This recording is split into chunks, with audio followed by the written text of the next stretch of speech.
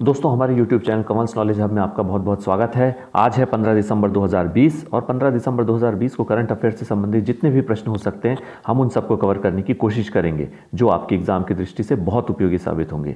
लेकिन सबसे पहले आज का सुविचार, ये कोई मायने नहीं रखता कि आप कितने धीरे जा रहे हो, आप कितने भी धीरे जाओ लेकिन हमेशा चलते रहो। तो चलिए कन्फ्यूशियस के इन शब्दों के साथ शुरू करते हैं आज के important one liner current affairs और उनके कुछ जरूरी फैक्ट्स।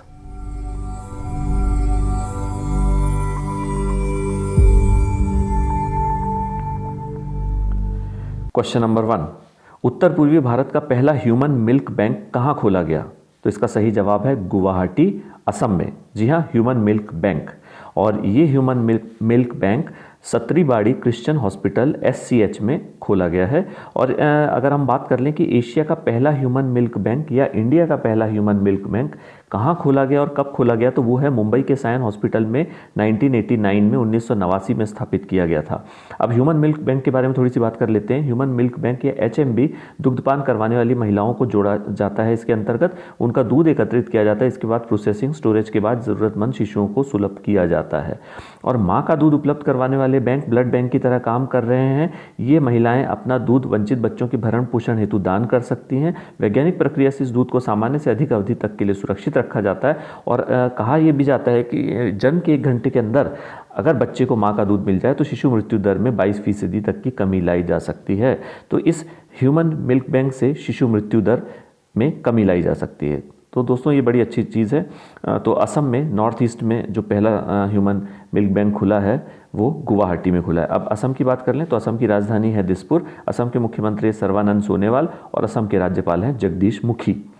चलिए आगे बढ़ते हैं क्वेश्चन नंबर 2 की तरफ। दिसंबर 2020 में हुए चुनाव के बाद कौन घाना का राष्ट्रपति चुना गया है? तो इसका सही जवाब है नाना अकुफो एडो। और नाना अकुफो एडो जो है वो राष्ट्रपति पद पर पुनः निर्वाचित हुए हैं। और अभी ये राष्ट्रपति थे और दोबारा से जब वहाँ पर चुनाव हुआ है तो वो पुनः निर्वाचित हुए हैं। अब घाना के बारे में हम थोड़ा सा जान लें। घाना एक पश्चिमी अफ्रीकी देश है। घाना शब्द का शाब्दिक अर्थ होता है लड़ाकू राजा। और घाना की राजधानी की बात कर लें तो अक्रा ACCRA अक्रा घाना की राजधानी है। राष्ट्रपति हैं नाना अकुफो एडो और मुद्रा है वहाँ की घानियन सेडी। तो ये सब चीज़ें आपको ध्यान में रखनी है। चलिए हम आगे बढ़ते हैं क्वेश्चन नंबर 3 की तरफ। डाबर इंडिया लिमिटेड ने किस बॉलीवुड स्टार को डाबर च्यवनप्राश का ब्रांड एम्बेसडर नियुक्त किया है? तो इसका सही जवाब है अक्षय कुमार। क्वेश्चन नंबर 4, किस राज्य सरकार ने राज्य में शादी समारोह के लिए ऑनलाइन पंजीकरण अनिवार्य कर दिया है? जी हाँ, शादी समारोह के लिए ऑनलाइन पंजीकरण अनिवार्य करने वाला राज्य है गुजरात।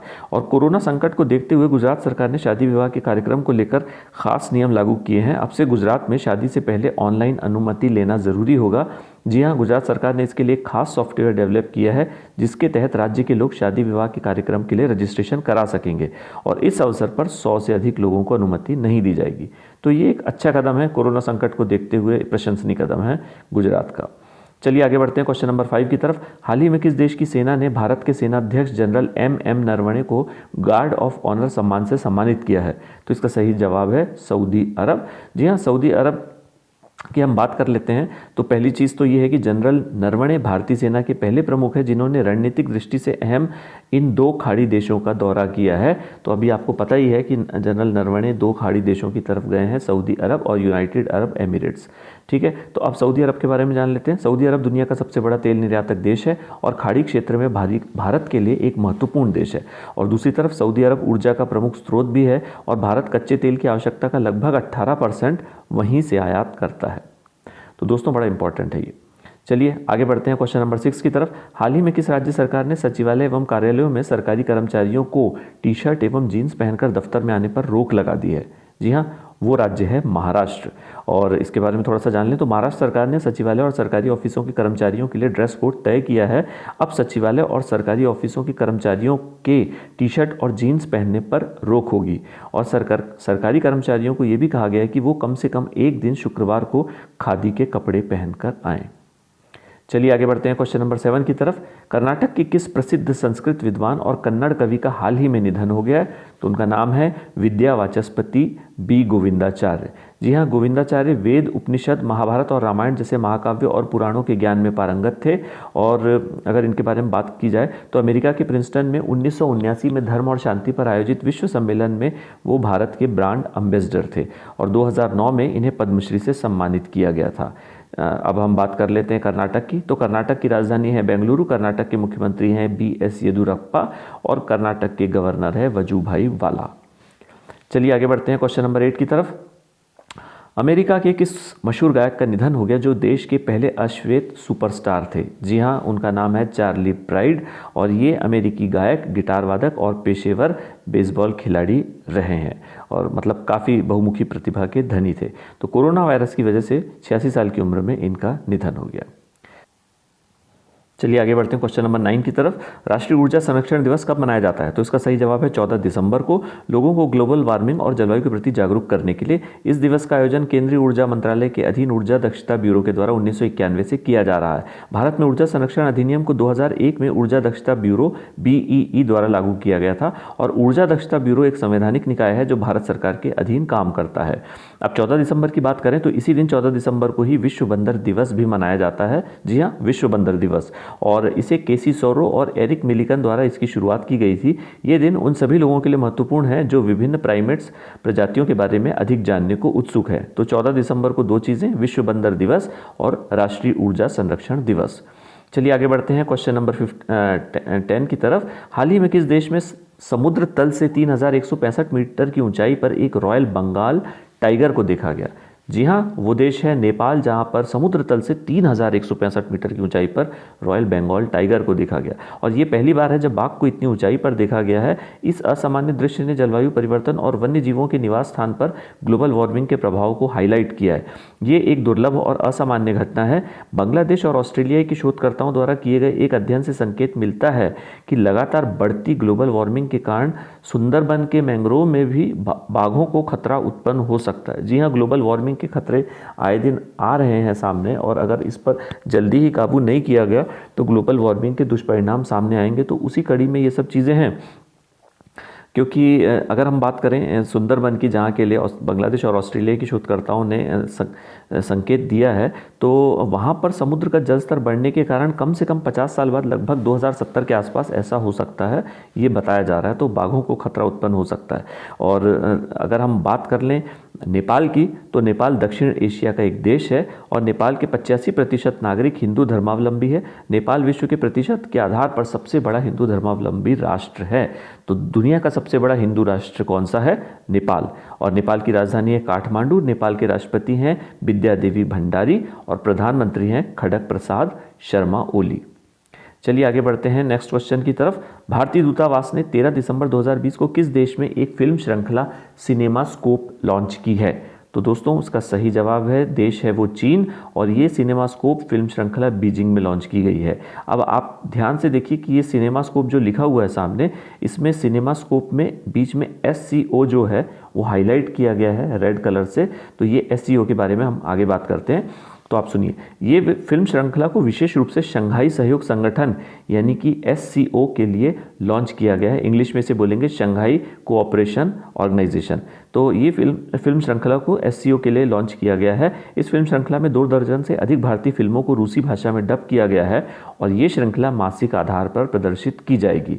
और 12 दिसंबर 2020 को 3 इडियट्स फिल्म के साथ इस श्रृंखला को शुरू किया गया है। अब हम बात कर लेते हैं SCO के बारे में, जो कि शंघाई सहयोग संगठन को कहा जाता है। ये एक राजनीतिक और सुरक्षा समूह है जिसका मुख्यालय बीजिंग में है और इसकी स्थापना 15 जून 2001 को शंघाई में हुई। और इसके महासचिव की बात कर लें, इस समय सेक्रेटरी जनरल इसके हैं व्लादिमीर नोरोव। और संस्थापक राष्ट्र SCO के चीन, रूस, कजाकिस्तान, उज्बेकिस्तान, किर्गिस्तान और तजाकिस्तान। जी हाँ, ये 6 राष्ट्र तो इसके संस्थापक राष्ट्र हैं और इसके अलावा भारत और पाकिस्तान को 2017 में इसका पूर्ण सदस्य बनाया गया। तो इस प्रकार वर्तमान में कुल 8 सदस्य हैं SCO में। चलिए आगे बढ़ते हैं हम अपने नेक्स्ट क्वेश्चन की तरफ। Question number 12। हाल ही में यूनेस्को ने किसके नाम पर रचनात्मक अर्थव्यवस्था के क्षेत्र में एक पुरस्कार शुरू करने की घोषणा की है? तो इसका सही जवाब है शेख मुजीबुर रहमान। जी हाँ, बांग्लादेश के पिता कहे जाने वाले बंग बंधु शेख मुजीबुर रहमान बांग्लादेश के पहले राष्ट्रपति थे। बाद में उन्होंने 1971 से 1975 के बीच बांग्लादेश के प्रधानमंत्री के रूप में कार्य किया और 1975 में उनकी हत्या कर दी गई थी। अब बांग्लादेश की मौजूदा प्रधानमंत्री की अगर हम बात करें तो शेख हसीना उनकी पुत्री हैं। अच्छा, अब इस पुरस्कार के बारे में बात कर लेते हैं। ये पुरस्कार नवंबर 2021 में शुरू किया जाएगा और इस पुरस्कार के विजेता को $50,000 प्रदान किया जाएगा। ठीक है, अब यूनेस्को की हम बात कर लेते हैं। यूनेस्को की फुल फॉर्म है संयुक्त राष्ट्र शैक्षिक, वैज्ञानिक और सांस्कृतिक संगठन। यूनेस्को एक संयुक्त राष्ट्र संगठन है जो दुनिया भर में ऐतिहासिक और सांस्कृतिक स्थलों को संरक्षित रखने में मदद करता है और इसकी स्थापना हुई है 1945 में। इसका मुख्यालय है पेरिस, फ्रांस में और इसके हेड हैं ऑड्रे एजोलो। तो ये सब चीज़ें आपको ध्यान में रखनी है। चलिए आगे बढ़ते हैं अपने नेक्स्ट क्वेश्चन नंबर 13 की तरफ। हाल ही में किस देश ने जम्मू कश्मीर के श्रीनगर में एक खाद्य प्रसंस्करण केंद्र स्थापित करने की घोषणा की है? तो जी हाँ, इसका सही जवाब है संयुक्त अरब अमीरात, यूएई।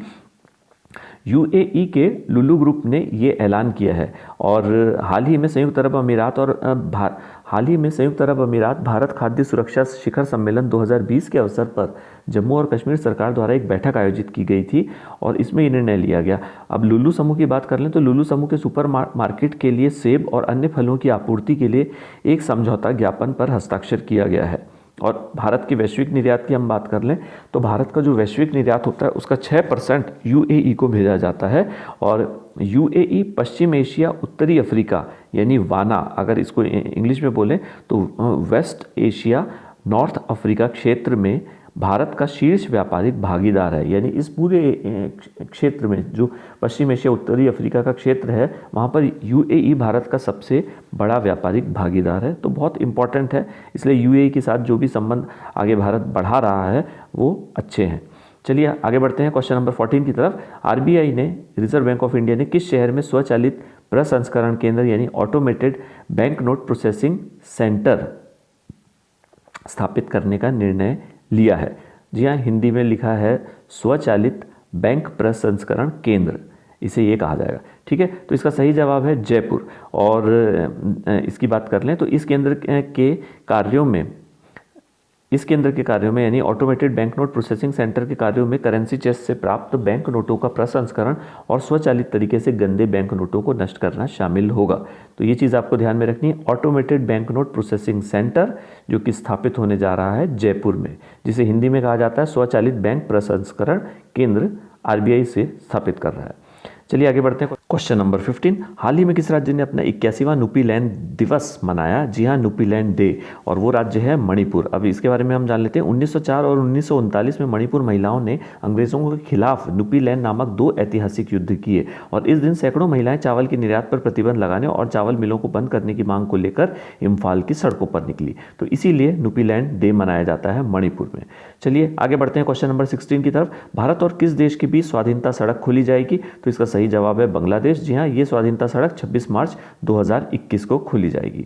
अब हम आगे बढ़ते हैं अपने नेक्स्ट क्वेश्चन, जो कि हमारा लास्ट क्वेश्चन है। हाल ही में किस विलुप्त प्रजाति को पहली बार स्पीति घाटी के ठंडे रेगिस्तान में देखा गया? जी हाँ, इसका सही जवाब है हिमालयन सीरो, और हिमालयन सीरो को स्पीति घाटी के ठंडे रेगिस्तान में देखा गया है, जिसे पहले विलुप्त प्रजाति घोषित कर दिया गया था। देखिए हम फोटो में भी आपको दिखाते हैं हिमालयन सीरो, ये इस प्रकार का दिखाई देता है। देखिए, हाँ जी, तो ये जो है इसे international union for conservation for nature यानी IUCN द्वारा लुप्त प्राय प्रजातियों में सूचीबद्ध किया गया है। और लेकिन वन्य जीव संरक्षण अधिनियम 1972 के अधीन हिमालयन सीरो का शिकार भी प्रतिबंधित है। तो दोस्तों, इसके साथ ही हमारा आज का वन लाइनर करंट अफेयर्स का वीडियो यहीं समाप्त होता है। उम्मीद है आपको ये वीडियो पसंद आया होगा। अगर वीडियो पसंद आए तो इसे लाइक ज़रूर कीजिएगा और शेयर कीजिए, साथ ही हमारे चैनल को सब्सक्राइब भी कीजिए। तो कल फिर से वन लाइनर करंट अफेयर्स में आपके साथ दोबारा मुलाकात होगी। तब तक के लिए बहुत बहुत धन्यवाद।